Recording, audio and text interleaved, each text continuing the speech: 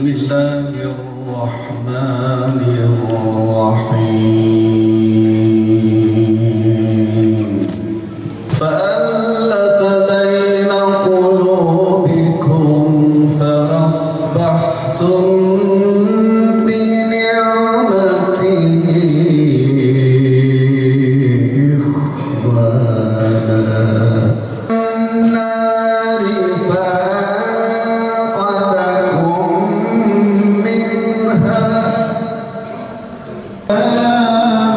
يا نبي يا رسول عليك السلام سلام محمد النبي الأمي وعلى آله سيدنا محمد النبي الأمي وسلم اللهم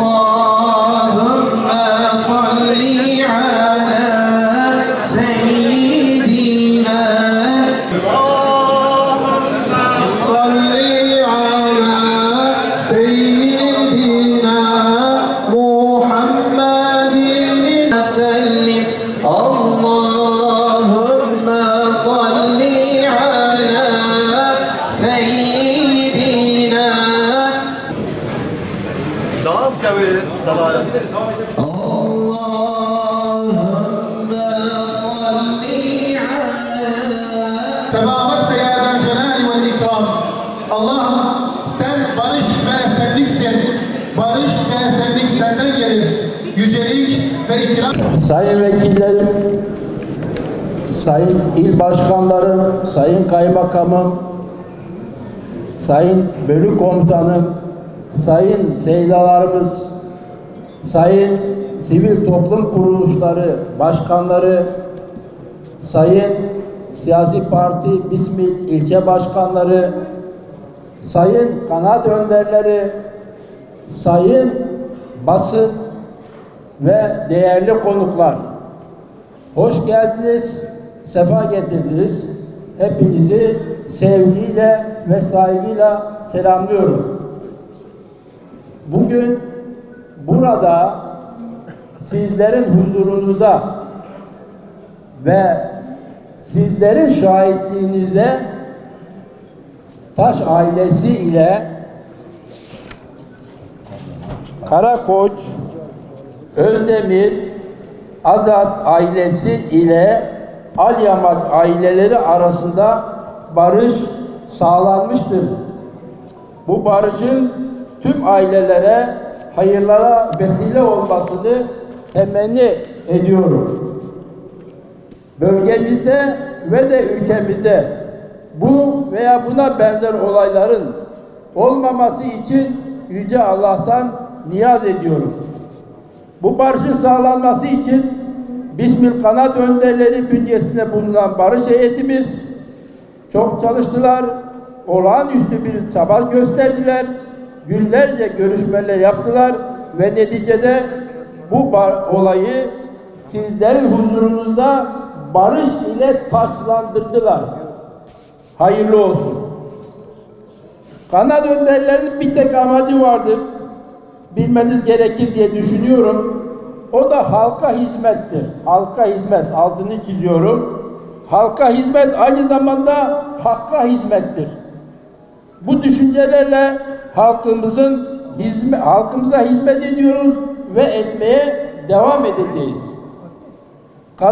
Kanaat önderleri bu hizmeti yaparken hiç kimsenin siyasi düşüncesine, hiç kimsenin dinine, diline, ırkına ve mezhebine bakmadan bu hizmeti yapmaktadır ve yapmaya devam edecektir.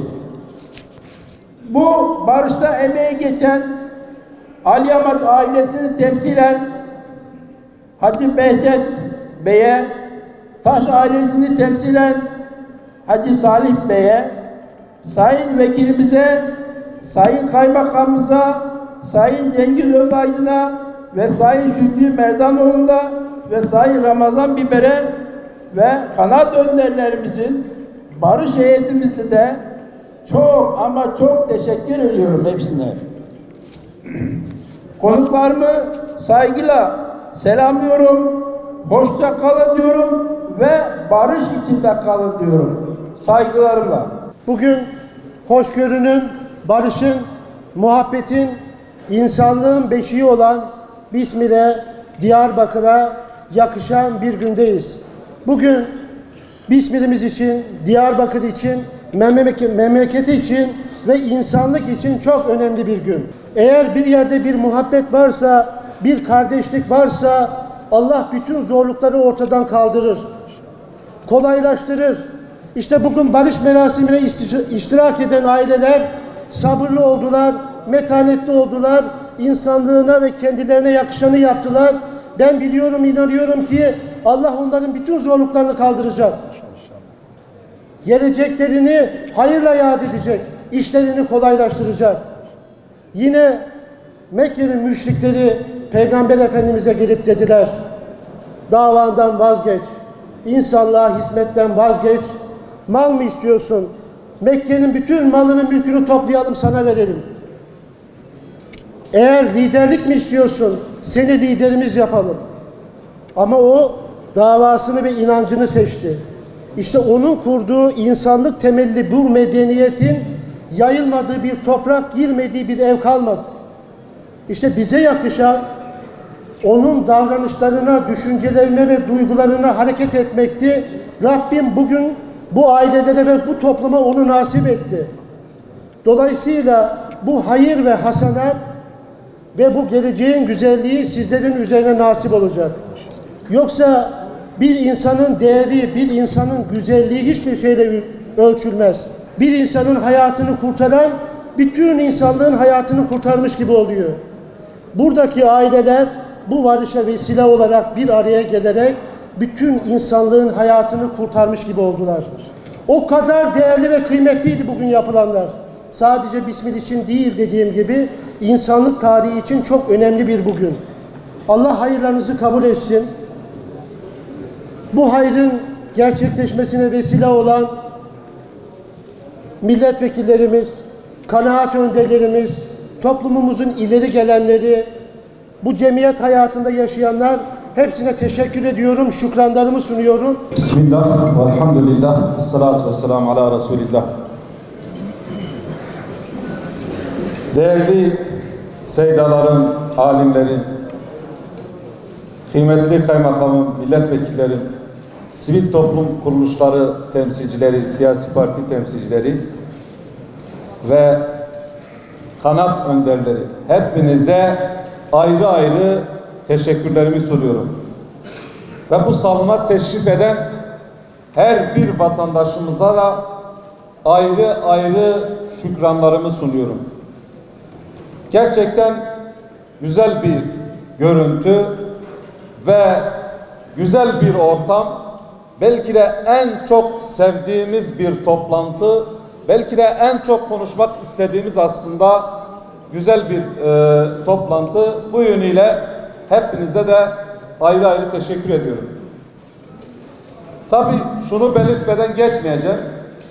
Asıl bu barışın, bu kardeşliğin, bu dostluğun gizli kahramanlarına şükranlarımı sunmak istiyorum. Bismil Kanaat Önderleri Dernekleri olarak gerçekten bunlar çok yoğun bir trafik yaşadılar. Gecesini gündüzüne kattılar. Ve buradaki düşmanlığın bitmesi için, kinin, nefretin bitmesi için, kardeşliğin, huzurun ve güvenin oluşması için çok çaba sarf ettiler. Her şeyden önce onlara özellikle teşekkürlerimi sunuyorum. Rabbim onların ecrini kat kat versin.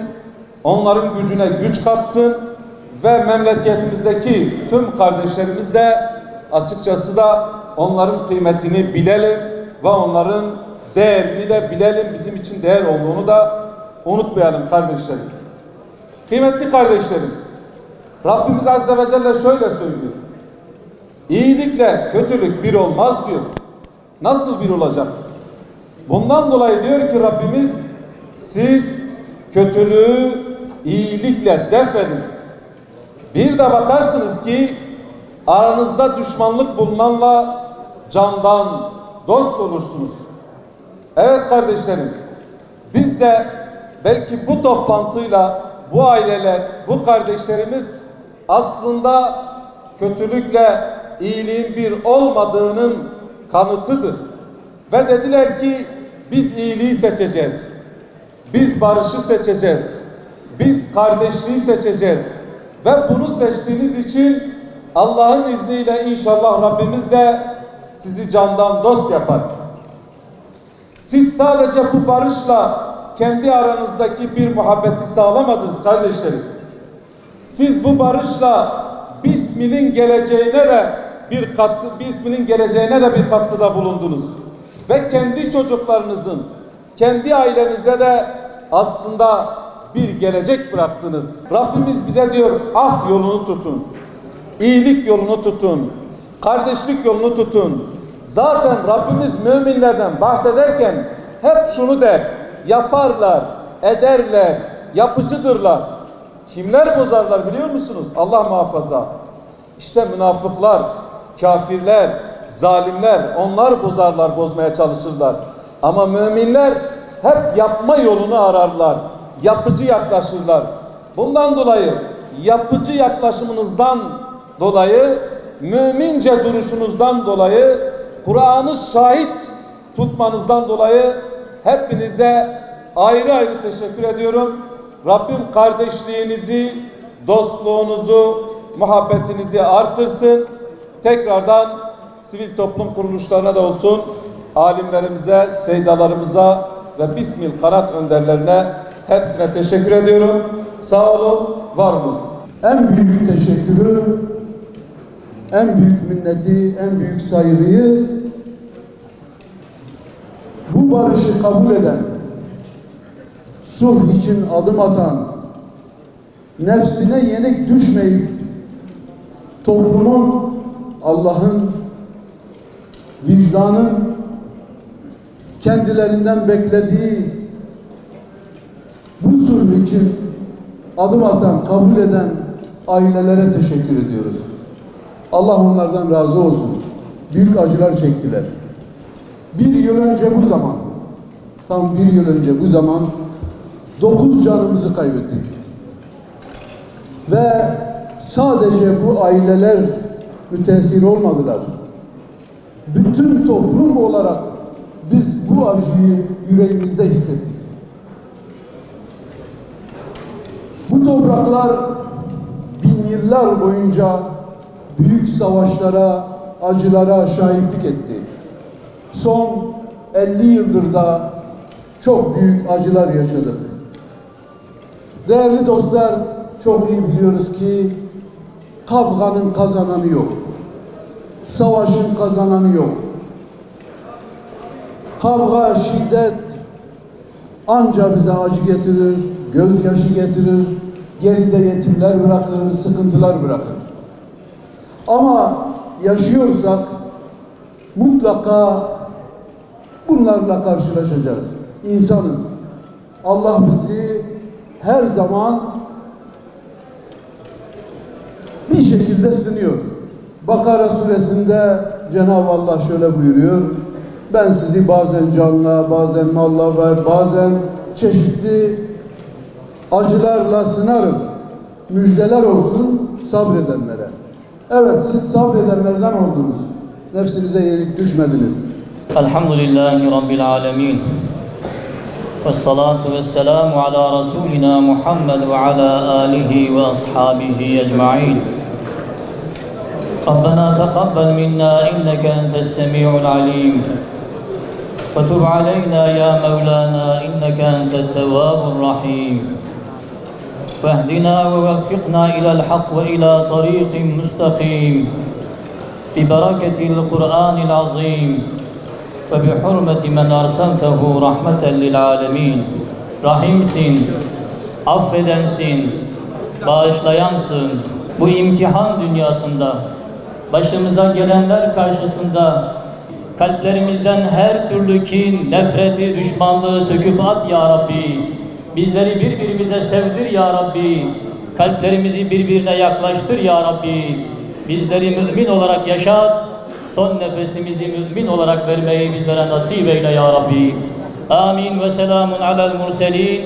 Velhamdülillahi Rabbil alemin. El Fatiha.